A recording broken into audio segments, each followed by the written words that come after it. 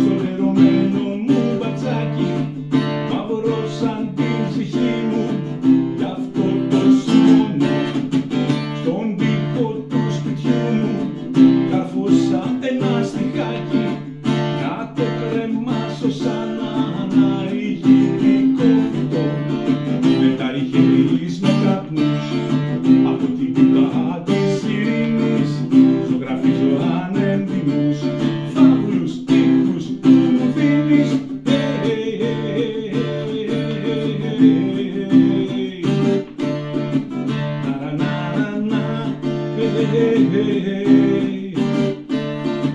Εκδίκηση θα πάρω απ' τη ζωή που μου επιστρέφει, όσα της χάρισα και φτιάχνω την ιδέα μου. Δίνω τον νέκαρ της ψυχής σου, ειδονικό μου γνέφεις, στα οδοφράγματα της ηθίκης, όλα τα νιάτα σου. Μα δεν χαϊδεύω πια τις λέξεις, δεν χαϊδεύω πια με λέξεις, δεν χαϊδεύω πια τις λέξεις και αλληλεπιτακτικό.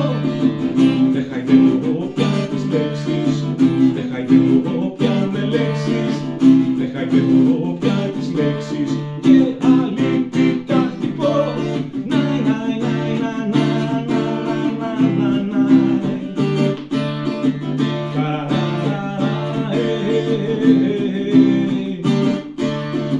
Σήκωνες απ' το στρώμα σου τη χαραυγή το πάλι, συνηθία διάφορη σου είναι η αγάπη μου.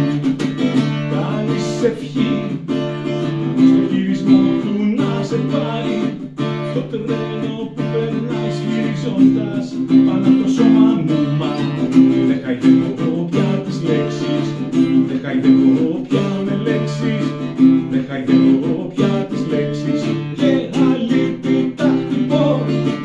Δεν χαϊδεύω πια τις λέξεις, δεν χαϊδεύω πια με λέξεις, δεν χαϊδεύω πια